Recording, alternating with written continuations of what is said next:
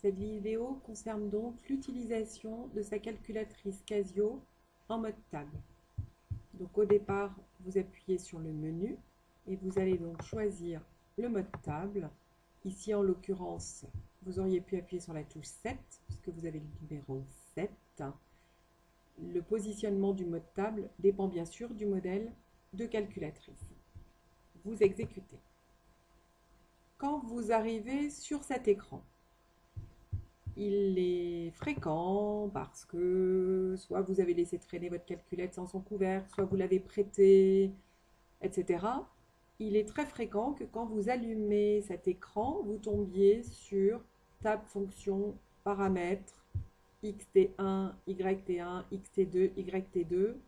Il vous faut bien vérifier, vous, que vous obtenez table fonction y égale, puisque nous, on cherche à calculer la valeur d'une image, c'est-à-dire y, en fonction de x.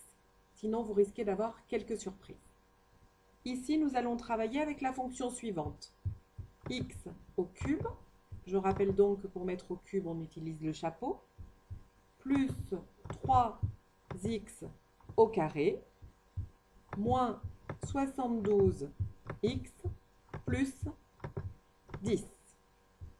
Quand vous avez fini de taper l'expression de la fonction, vous exécutez. Après, vous avez deux choix qui s'offrent à vous. Si vous avez un tableau de valeurs à faire, avec par exemple des images demandées de 5 en 5, de moins 10 à plus 10, ben vous pouvez tout à fait lui dire, voilà, je veux commencer à moins 10.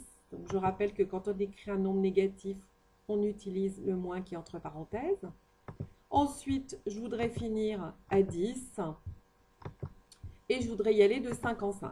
Je rappelle que step, ça veut dire le pas. Et à ce moment-là, quand vous allez obtenir la table, vous aurez l'image de moins 10 qui est 30, l'image de moins 5 qui est 320, l'image de 0 qui est 10, l'image de 5 qui est moins 150. Et si vous descendez avec le curseur, vous obtenez l'image de 10 qui est 590. Et ça s'arrête là. Vous pouvez aussi, c'est l'autre option, ne pas vous occuper du paramétrage si vous avez, notamment pour remplir un tableau de variation, que une ou deux valeurs à calculer. Vous pouvez directement aller dans le mode table et par exemple lui demander l'image de moins 6. Donc vous vérifiez que vous êtes bien dans la colonne des x, vous tapez la valeur de x, moins 6, vous exécutez et ça va vous donner l'image de moins 6. Vous pouvez ainsi, par exemple, calculer aussi l'image de 4. Et on imagine, si vous en aviez une troisième, par exemple, de calculer l'image de moins 6, de 4, de 10. C'est-à-dire que vous pouvez choisir les valeurs de x dont vous voulez calculer l'image très facilement. Quand vous avez fini ceci, si vous vouliez travailler avec une deuxième fonction, vous pouvez faire exit. Je rappelle que exit, ça veut dire sortir de l'écran. Et vous pourriez tout à fait ici, par exemple, je vais mettre 5x au carré. On exécute. Et en fait, sur votre écran, vous aurez les images par la fonction que vous avez tapée en Y1, les images par la fonction que vous avez tapée en Y2. Ça peut être utile parfois sur certains problèmes, en évaluation, en activité, le jour de vos épreuves de mathématiques pour le diplôme que vous préparez, d'avoir plusieurs fonctions sur votre écran.